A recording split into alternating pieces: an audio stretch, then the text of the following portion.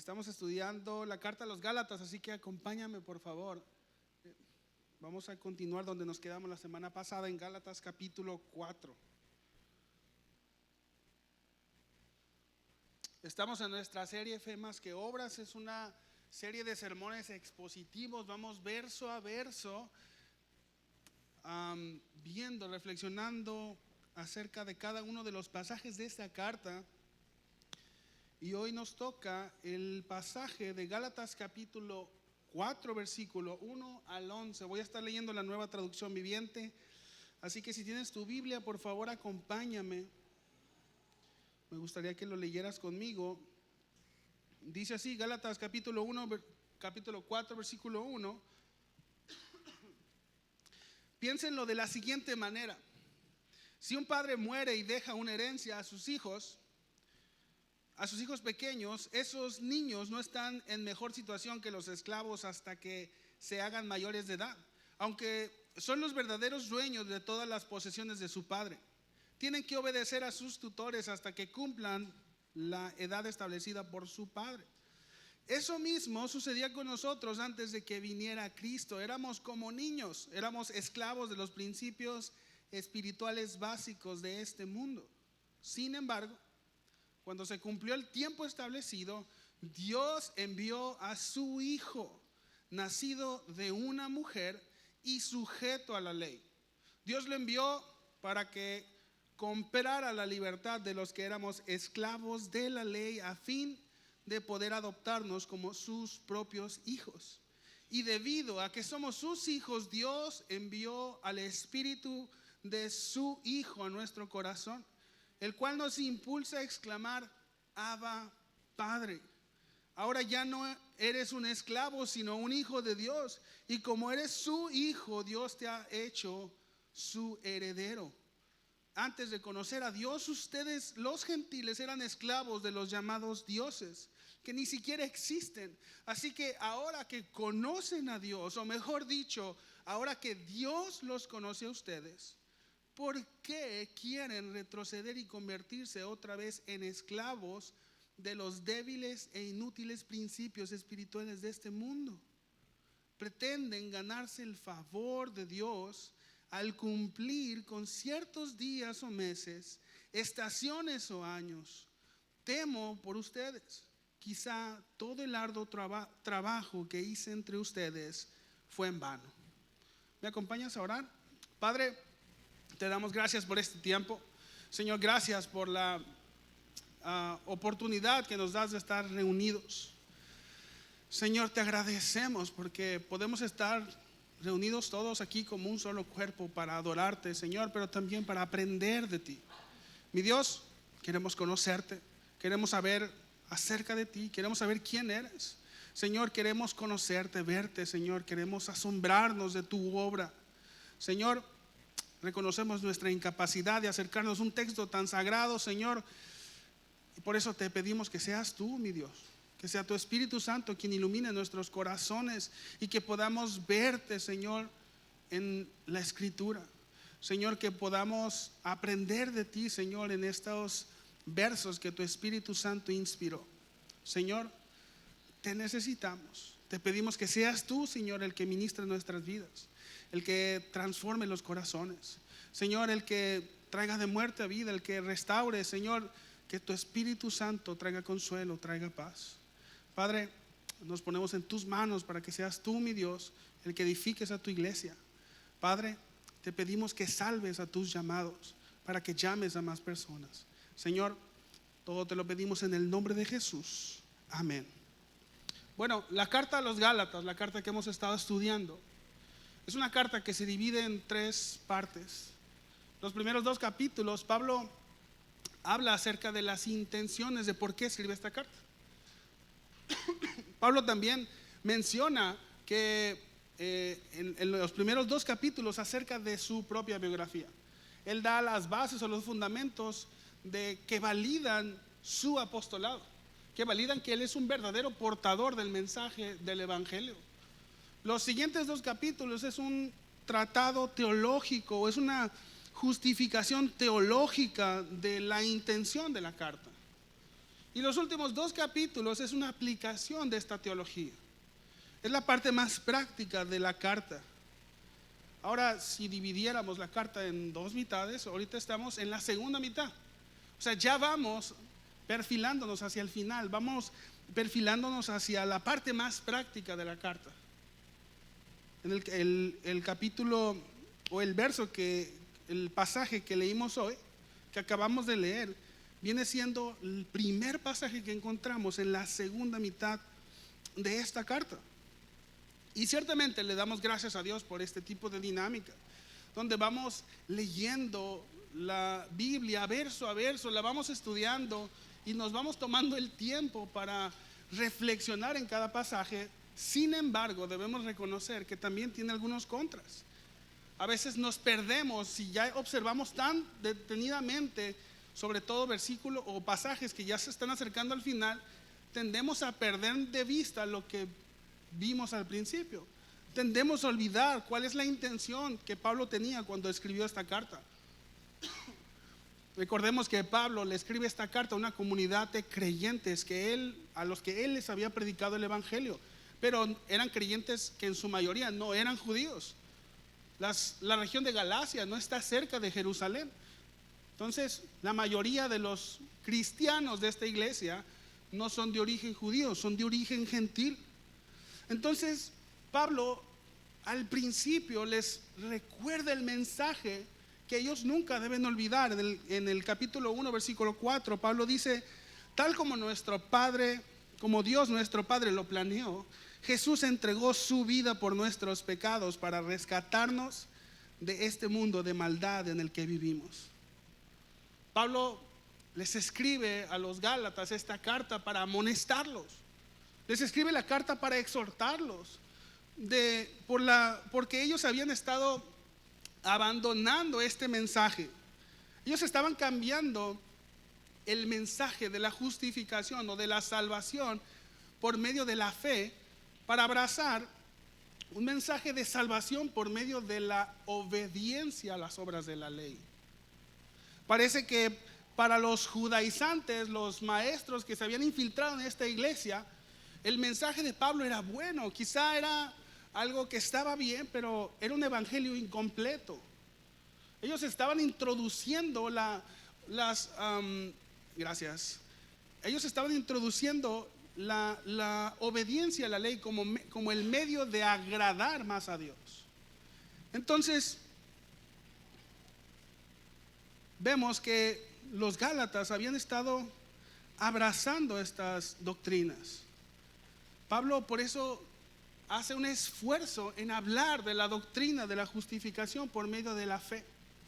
A partir del capítulo 3, Pablo empieza a explicar lo que es esta doctrina, y eso es algo que hemos estado viendo, así que no me voy a tomar mucho tiempo en volverla a explicar, solo te la quiero recordar. Pero quiero recordarte esto: Pablo no escribe tratados teológicos, no es un libro de teología sistemática, tampoco es un diccionario, no es una enciclopedia. O sea, si Pablo menciona ciertas doctrinas, es porque estas doctrinas están afectando la manera como los creyentes están viviendo el evangelio. O sea, cuando Pablo habla acerca de la justificación por medio de la fe, es porque la manera como ellos están entendiendo quién es Dios y cuál es su obra había estado afectando la manera como están viviendo. Y eso es algo que no estamos muy distantes nosotros. Nosotros también tendemos, por nuestra mala teología, a tener malas prácticas en la vida. Nosotros comúnmente vivimos preocupados y ansiosos por el futuro, cuando Jesús dijo en el Sermón del Monte: no se preocupen. Jesús dijo que las aves del cielo, que las flores del campo no se preocupen por el futuro. Ellos no se preocupan por lo que van a comer, no se preocupan por lo que van a vestir. Pero según la teología de Jesús, es porque Dios cuida de los pájaros, que Dios cuida de las flores del campo. Jesús pregunta: ¿que acaso ustedes no son más valiosos que las aves del campo? ¿No? ¿Que las aves de los cielos, que las flores del campo? Entonces, vivir preocupados es el fruto de la incredulidad.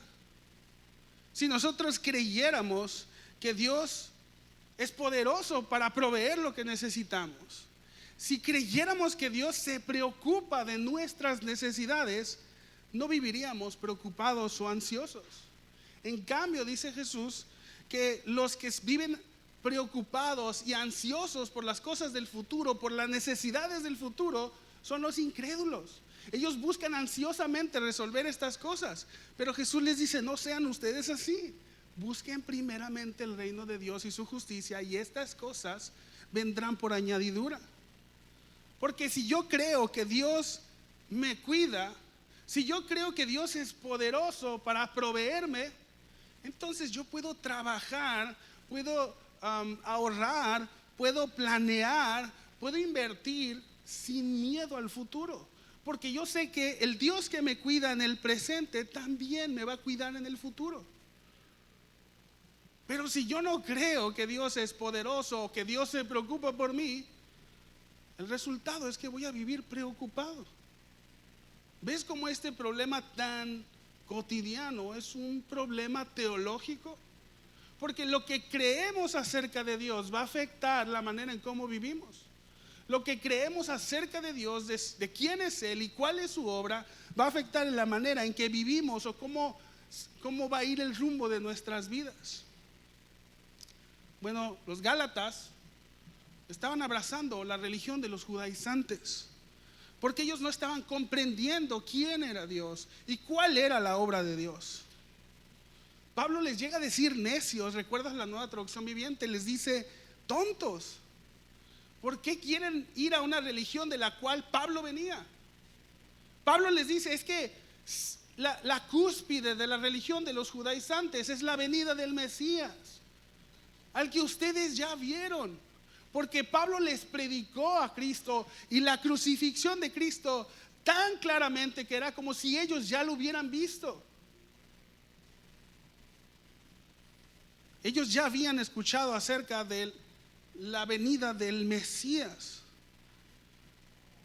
Entonces, ¿por qué regresan por qué esa obsesión, por qué esa necedad de regresar a la religión de los judaizantes? Porque la salvación no la recibimos por la obediencia a las obras de la ley. La recibimos por medio de la fe en Cristo. Y era así como Dios lo había revelado desde el principio. Así lo había dicho acerca de Abraham. Dios había dicho que de Abraham haría un pueblo. Y Dios escogió a Abraham no por su obediencia, sino por su fe. Entonces los que creen son los verdaderos hijos de Abraham. No lo digo yo, dice Pablo, Gálatas 3:6. Abraham le creyó a Dios y Dios lo consideró justo debido a su fe. Así que los verdaderos hijos de Abraham son los que ponen su fe en Dios. Los judaizantes observaban la ley de Dios, observaban la historia de Abraham, pero ellos no observaban a Cristo. Lo tenían fuera de su radar. Pero Pablo interpreta la historia de Abraham, interpreta la ley a la luz de la persona de Cristo. Pero los judaizantes no podían verlo. Ellos habían cambiado el orden. Decían que para formar parte del pueblo de Dios era necesario obedecer la ley. Pero Pablo dice: no puede ser eso así, porque la promesa de que Dios formaría un pueblo vino 430 años antes de la ley. No puede ser primero la ley antes que la promesa, porque la promesa fue dada primero. Entonces, la ley no es el medio con el cual formamos parte del pueblo de Dios. El propósito de la ley era mostrarnos la necesidad de la promesa. Así que la ley no anula la promesa, la ley confirma la promesa. La ley no era el problema. El problema es que los judaizantes no habían entendido al 100% la promesa. Dios había prometido hacer un pueblo a partir de Abraham, pero no por las obras de la ley, sino por medio de la fe en Cristo. Pablo dice ahí en el versículo 27 del capítulo 3, nos vamos acercando a nuestro texto, porque todos los que fueron bautizados en Cristo, de Cristo han sido revestidos. Los que creen que Jesús entregó su vida por sus pecados han sido bautizados en Cristo. El término bautizado literalmente quiere decir sumergido. Los que creen han sido sumergidos en Cristo, de tal modo que de Cristo están vestidos. Se han puesto a Cristo como ropa nueva, dice la Nueva Traducción Viviente. O la versión alterna dice, se han puesto a Cristo. Mira, el pastor explicó esto ya la semana pasada con la historia de Jacob y Esaú, en la cual Jacob se vistió de su hermano mayor para recibir la bendición de su padre. Bueno, de la misma manera, nosotros somos aceptados por Dios debido a que fuimos unidos a Cristo, de tal manera que lo que es de Cristo también es de nosotros. Lo que es cierto de Cristo es cierto también de nosotros. Entonces, ningún cristiano tiene más mérito que otro delante de Dios. No existe un cristiano con más méritos que otro, porque todos tenemos los mismos méritos, no los nuestros, los de Cristo.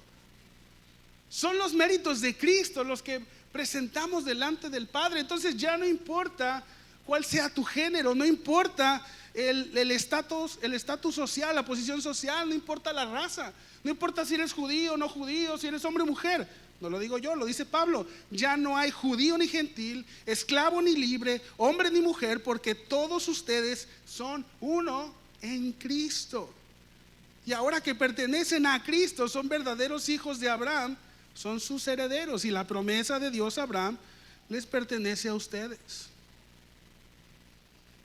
Pablo quiere decir que los cristianos son los verdaderos herederos de Abraham.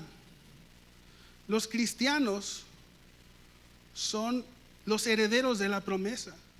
Solamente en Cristo podemos pasar de ser esclavos a ser herederos. Y Pablo utiliza una ilustración para volver a decir esto que les acabo de decir.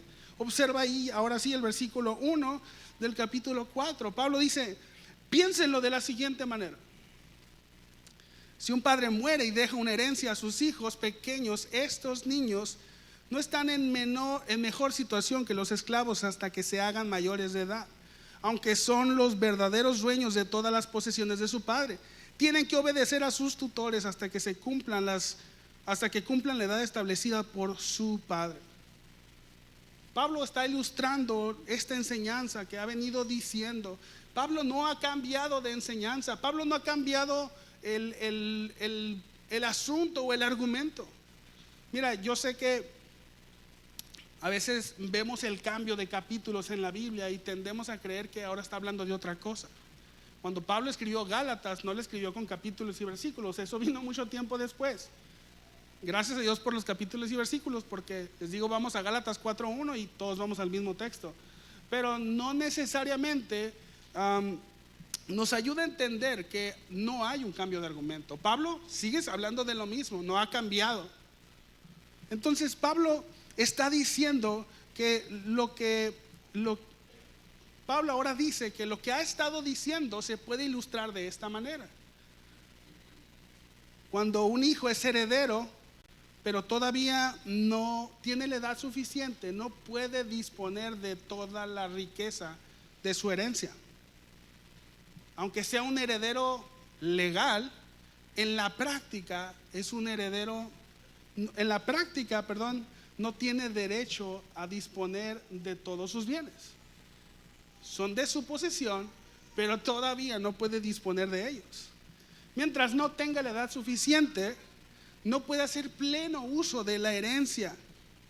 Y ciertamente se parece mucho a los otros jóvenes en la casa de su padre, a los otros siervos o a los otros esclavos. Aunque es el heredero, aunque es el dueño o será el dueño de todo, tiene que obedecer a sus maestros y a sus tutores como los demás. Pero aunque tenga que obedecer, eso no significa que su condición de heredero ha cambiado. Aunque esté sometido a la obediencia, aunque esté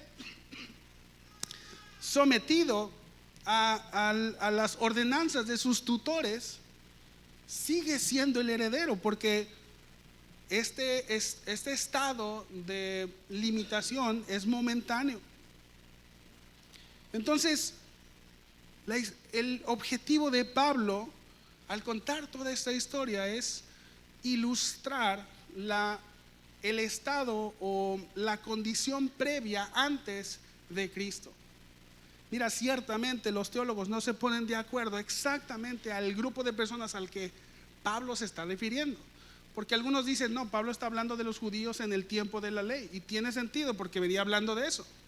Otros dicen, no, está hablando acerca de todas las personas antes de conocer a Cristo, y tiene sentido porque al final, porque en el versículo o en el contexto posterior viene hablando de eso. Ahora, yo creo que el pasaje tiene aplicaciones para todos los grupos. Así que observa el versículo 3. Eso mismo, dice Pablo, sucedía con nosotros antes de que viniera Cristo. Éramos como niños, éramos esclavos de los principios espirituales básicos de este mundo. Ahora, si Pablo se está refiriendo a los judíos, los judaizantes seguramente estaban muy ofendidos de escuchar lo que Pablo les está diciendo, porque Pablo les llama a los judaizantes o a los judíos en el tiempo de la ley como esclavos de los principios espirituales de este mundo. Ahora, recordemos que Pablo nunca habla de manera ofensiva acerca de la ley, aunque a veces parece que Pablo está hablando no en términos muy positivos. En Romanos, Pablo dice que por medio de la ley conoció el pecado. También dice que por medio de la ley, dice, la ley me mató. O sea,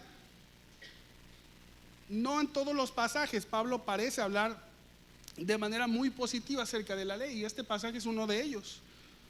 Pero lo que Pablo quiere decir es que formar parte del pueblo de Dios, obedeciendo los mandamientos de la ley, es como vivir siendo esclavos de los principios de este mundo, al igual que las otras religiones. Es que el problema no es la ley, el problema es la esperanza de salvación por medio de la obediencia a la ley, porque ese no era el propósito de la ley. Mira, Pablo mismo dice allá en Romanos 3:19 que su propósito, el de la ley, es evitar que la gente tenga excusas y demostrar que todo el mundo es culpable delante de Dios, pues nadie llegará jamás a ser justo ante Dios por hacer lo que la ley manda. La ley sencillamente nos muestra lo pecadores que somos. Dios nunca planeó que formaría un pueblo por medio de la obediencia a la ley. Dios siempre planeó que formaría un pueblo de acuerdo a la promesa del descendiente que vendría por medio de Abraham. Y aunque el tema de los no judíos lo vamos a ver más adelante, sí vale la pena decirte unas cosas aquí acerca de los no judíos. Porque aunque los gentiles o los no judíos no necesariamente conocían la ley escrita de Dios, sí había una ley de Dios en sus conciencias que los podía acusar o que los podía validar de acuerdo a sus acciones. Entonces, ya sea que sean judíos o que sean gentiles, todas las personas tienen la necesidad instintiva de validar que son buenas personas. Todos queremos demostrar que no somos tan malos. Todos queremos demostrar de alguna manera que somos buenas personas. Mira, el pastor MacArthur dice que estos principios, o que los principios de toda religión humana, sea judía o sea gentil, sea antigua o moderna, incluyen de forma inevitable la idea de obtener la aceptación divina por medio de los esfuerzos propios. O sea que intentar ser aceptados por Dios a través de nuestros propios esfuerzos y no por medio de la fe en el Salvador que fue enviado por Dios, es como vivir bajo la esclavitud. Aunque estos esfuerzos estén enmarcados en una religión, aunque estos esfuerzos los hagamos dentro de los esfuerzos de una religión que estemos siguiendo, lo más triste es cuando queremos hacer estos esfuerzos sobre una religión bíblica como los judíos.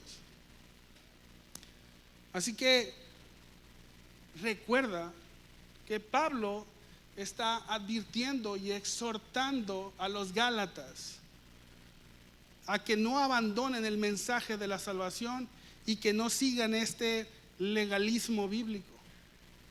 Porque los falsos maestros no estaban animando a los cristianos que eran gentiles a que abandonaran la ley de Dios. Más bien, ellos estaban instando a los gentiles a adoptar toda la ley mosaica del Antiguo Testamento para ser justificados y para ser agradables ante Dios. Pero el evangelio que Pablo les compartió no se trataba de la capacidad de ellos de cumplir con las exigencias de la ley. El evangelio que Pablo les compartió era sobre la capacidad de Cristo de cumplir con las exigencias de la ley.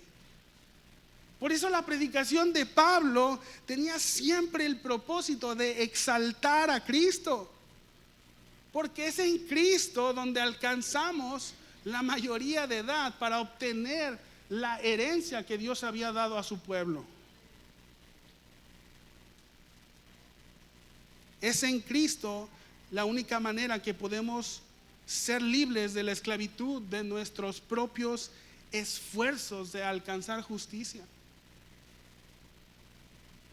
Es por medio de la obra de Cristo que pasamos de ser esclavos a ser herederos. Observa el versículo 4.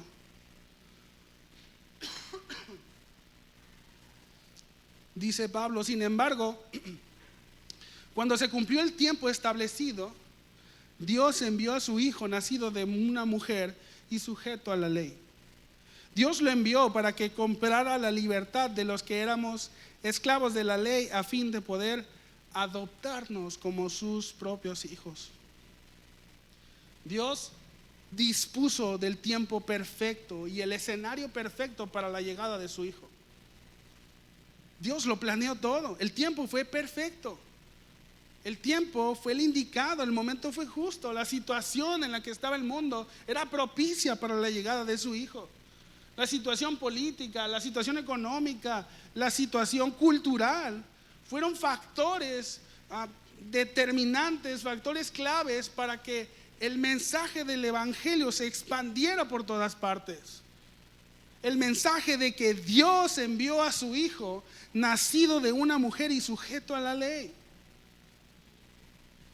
Mira, en la iglesia tendemos a hablar mucho acerca de lo que Cristo hizo por nosotros, pero tendemos a olvidar hablar de quién es Cristo.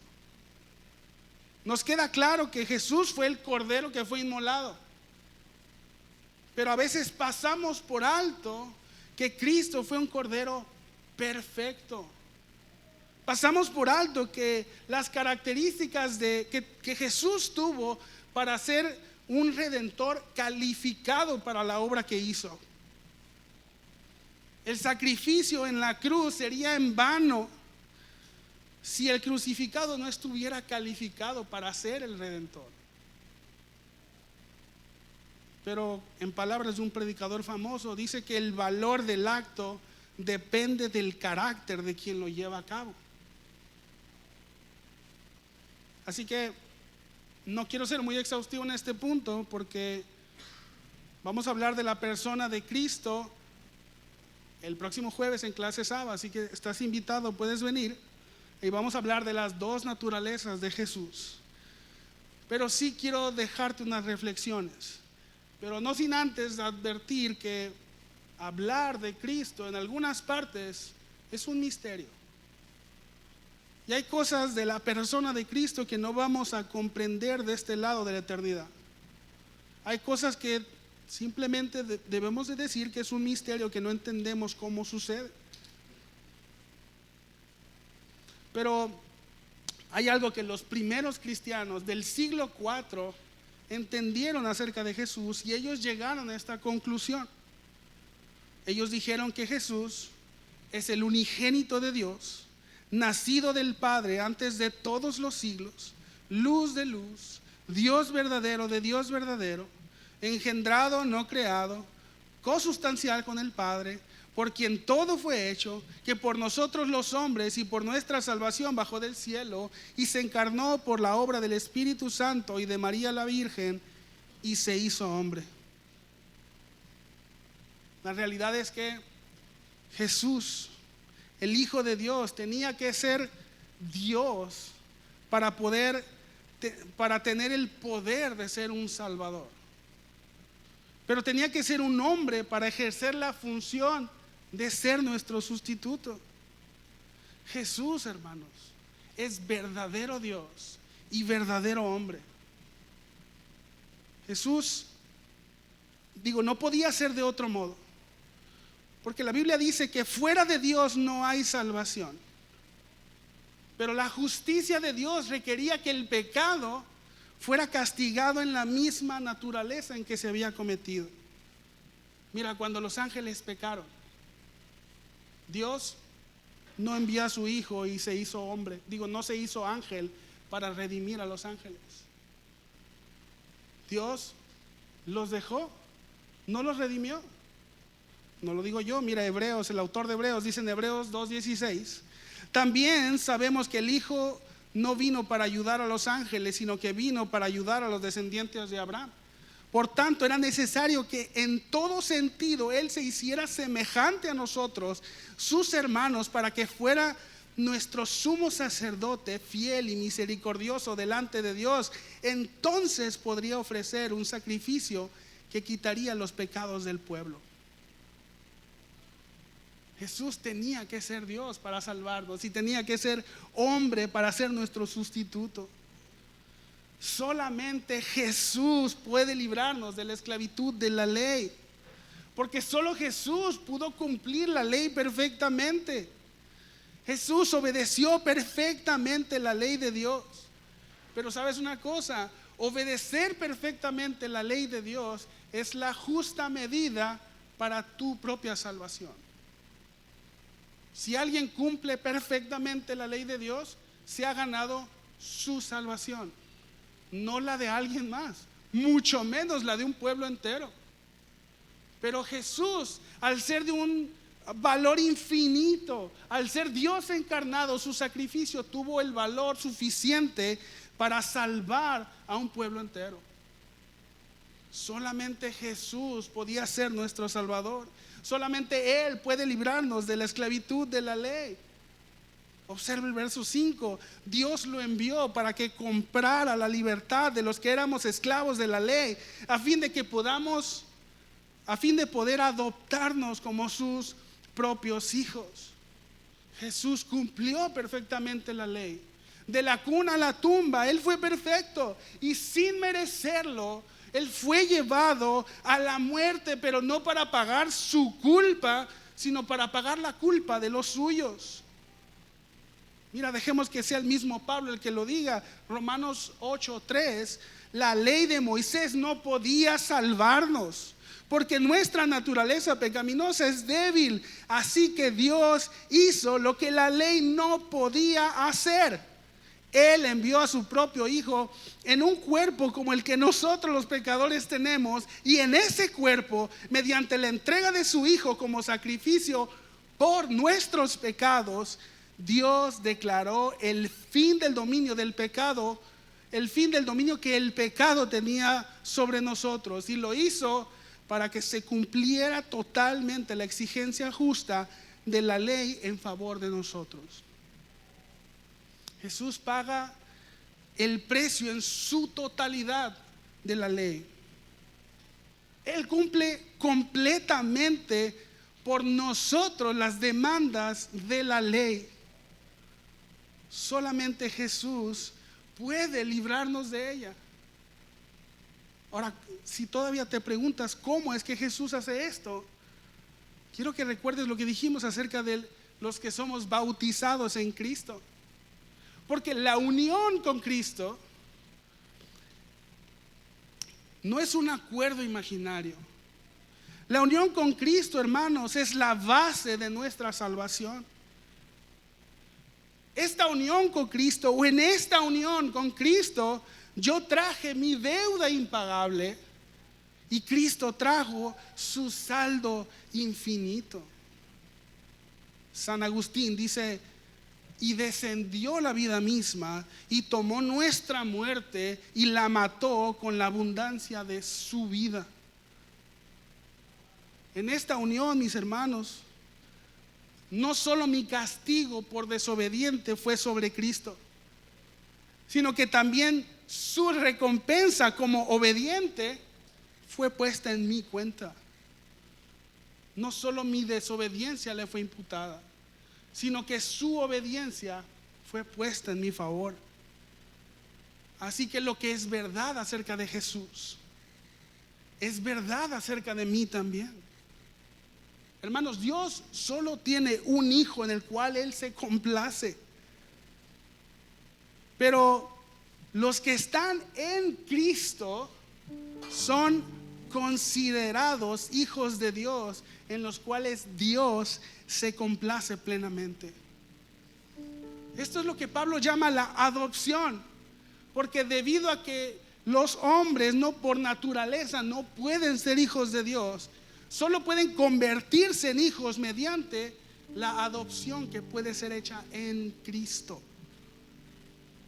Por lo tanto, la fuente de nuestra condición de hijos de Dios, la razón por la que somos considerados hijos de Dios, es únicamente el verdadero Hijo de Dios, Jesucristo. Él es la verdadera razón por las cuales nosotros podemos ser considerados hijos de Dios. Ahora, si crees que esto es una verdad increíble, que somos considerados hijos de Dios, déjame decirte que se pone mejor. Observa el versículo 6. Y debido a que somos sus hijos, Dios envió al Espíritu de su Hijo en nuestro corazón, el cual nos impulsa a exclamar: Abba, Padre. Ahora ya no eres esclavo, sino un hijo de Dios, y como eres su hijo, Dios te ha hecho su heredero. Así como Dios envió a su Hijo, Dios también envió al Espíritu de su Hijo para impulsarnos. La obra del Hijo y la obra del Espíritu van de la mano, van una con la otra. El Hijo nos ha garantizado el título de hijos de Dios, pero es el Espíritu del Hijo el que nos asegura vivir la experiencia de ser llamados hijos de Dios, con todos los beneficios de ser un hijo de Dios. No podemos divorciar la obra del Hijo de la obra del Espíritu. Así que Dios ya no es un ser celestial alejado de nosotros, sino que el creador del universo es ahora nuestro Padre y se inclina a escuchar nuestra oración. Ahora el Todopoderoso inclina su oído a escuchar mis súplicas, a escuchar mis necesidades, a escuchar mis quebrantos. Nosotros oramos porque Dios nos escucha. Y el término Abba es una manera cariñosa o de mucha confianza que un niño judío usaba para referirse a su padre. Dice un comentarista que como un niño simplemente supone que su padre lo ama y que ahí estará para él, y nunca va a dudar de la seguridad y la sinceridad de los fuertes brazos de su papá, así los cristianos pueden tener la audacia y la seguridad de que Dios los amará por siempre. Dios escucha nuestras oraciones. Su Espíritu nos impulsa a clamarle y a orar, porque Él ahora nos escucha, y nos escucha porque en Cristo somos sus hijos, y su Espíritu ahora nos lo recuerda constantemente. Los cristianos somos hijos de Dios y somos herederos de Dios. Tenemos al Todopoderoso de nuestro lado. El Dios que no tiene límites ahora está de nuestro lado y ha prometido que nada nos iba a arrebatar de su mano. Podemos vivir nuestras vidas entonces con plena confianza, con una seguridad total. Hermano, ¿qué nos puede pasar que nuestro Padre no pueda arreglar? ¿Qué necesidad podemos tener que nuestro Padre no pueda proveer? ¿Qué tragedia podemos pasar que nuestro Padre no nos pueda consolar? Hermanos, el Todopoderoso está de nuestro lado. Es nuestro Padre y nos escucha. Entonces, si este es el mejor mensaje que existe, si no hay un mensaje tan sorprendente como que ahora Dios nos escucha, entonces, ¿por qué a veces no lo creemos? Porque a veces andamos buscando el favor de Dios con nuestros esfuerzos. Porque a veces creemos que necesitamos hacer cosas para que Dios nos escuche. A veces creemos que necesitamos portarnos bien, que necesitamos venir a la iglesia, que necesitamos diezmar para que Dios nos escuche. Dios está atento a nosotros porque Él nos ha hecho sus hijos, y no por nuestras obras, sino por las obras de Cristo, por los méritos de Él.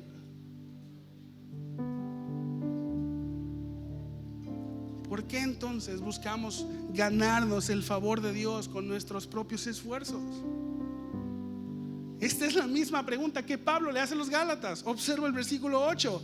Antes de conocer a Dios, ustedes los gentiles eran esclavos de los llamados dioses que ni siquiera existen. Así que ahora que conocen a Dios, o mejor dicho, ahora que Dios los conoce a ustedes, ¿por qué quieren retroceder y convertirse otra vez en esclavos de los débiles e inútiles principios espirituales de este mundo?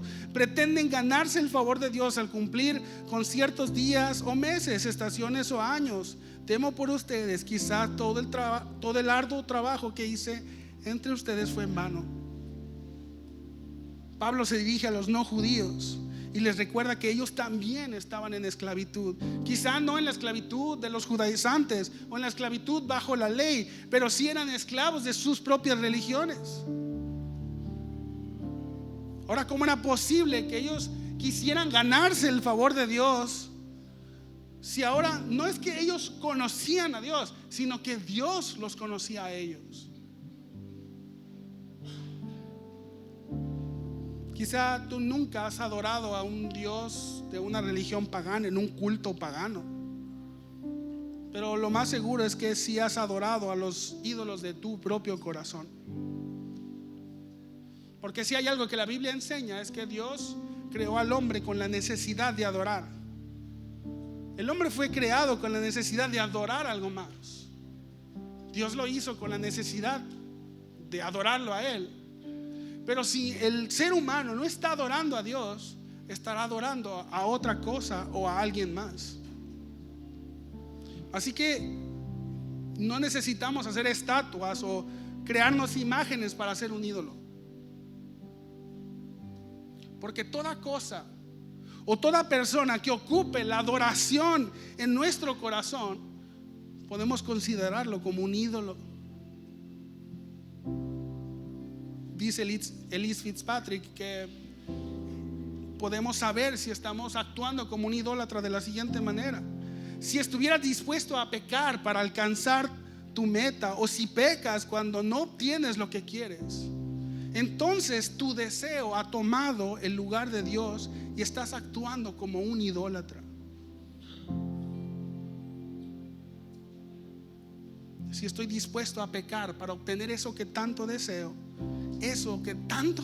se ha convertido en un ídolo. Y puedo hacerme ídolos de cualquier cosa. Puedo hacerme un ídolo del trabajo, si estoy dispuesto a mentir para obtener este trabajo. Puedo hacerme ídolos de mis propios hijos si me molesto con la idea de perderlos.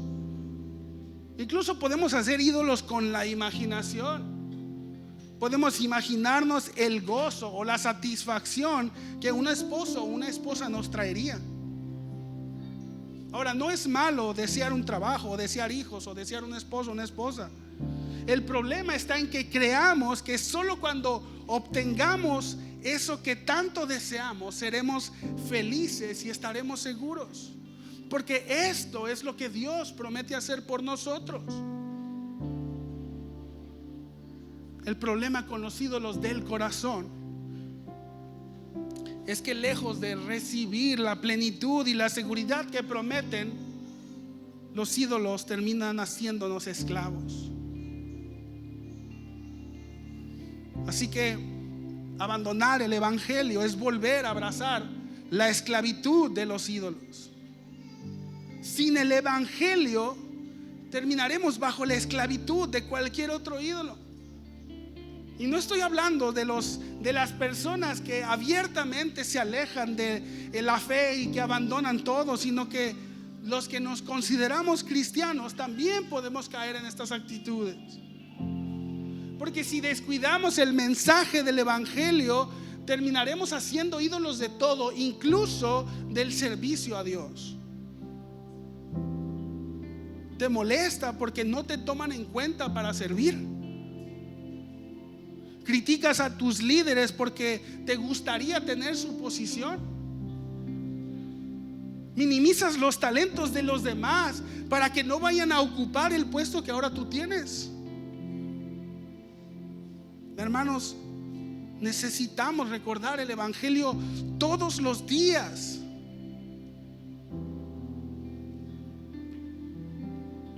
Necesitamos recordar que somos aceptados por Dios. No solo que nosotros lo aceptamos, sino que Él nos ha aceptado. Lo que realmente nos hace cristianos no es que nosotros conocemos a Dios, sino que ahora Dios nos conoce a nosotros. Este es el mensaje del evangelio. Es el mensaje más increíble. Pero si no nos lo predicamos todos los días, tendemos a olvidarlo y caemos en la trampa de los ídolos del corazón. Ahora, si tú estás siendo esclavo de algún ídolo, te tengo una buena noticia. El mensaje del evangelio es el poder para ser libre. Solo tienes que reconocer que la batalla contra tu ídolo la tienes perdida. Tienes que confiar en aquel que nunca ha perdido una batalla. Ríndele al Señor tus ídolos, o ellos te volverán esclavo. Hermanos, solo en Jesús encontramos salvación. Solo en Jesús encontramos vida eterna, pero solo en Jesús encontramos la fuente de la vida plena y de la vida abundante. Si olvido que mi identidad se encuentra en Jesús, voy a tratar de parecer una buena persona a toda costa. Y como no lo voy a lograr, voy a tratar por cualquier medio hacer un ídolo para llegar a ese propósito.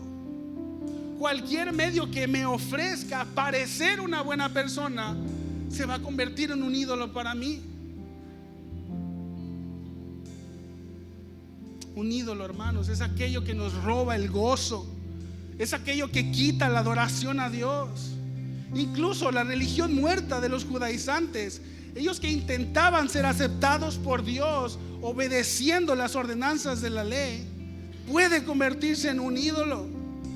De hecho, puede ser un ídolo difícil de erradicar. Por eso Pablo habla tan seguro y tan fuerte contra este mensaje.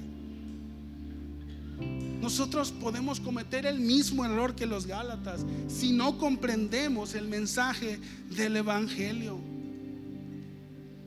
Yo soy cristiano porque Cristo tomó mi lugar y yo estoy en el lugar en donde Él está. Si Él es el Hijo amado de Dios, entonces yo soy el Hijo amado de Dios. Si Dios se complace en Cristo, entonces Dios se complace en mí. No necesito inventar historias que me justifiquen delante de los demás. Solo tengo que confiar que Cristo es mi representante delante de Dios. Lo que Cristo ha ganado ahora también es mío en Cristo. Entonces, cuando mi conciencia me acusa, cuando el acusador o el tentador me acusan, cuando me dicen es que tú no eres un cristiano, o tú no eres un cristiano como deberías serlo, es verdad.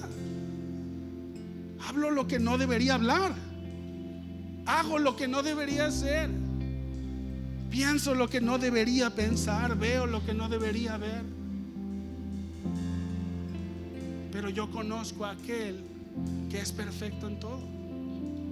Yo conozco a aquel que está delante del trono de Dios como un sacrificio perfecto, como un cordero perfecto. Cristo Jesús es perfecto, y lo que Él es, yo también lo soy. No porque venga de mí, sino porque yo le pertenezco a Él.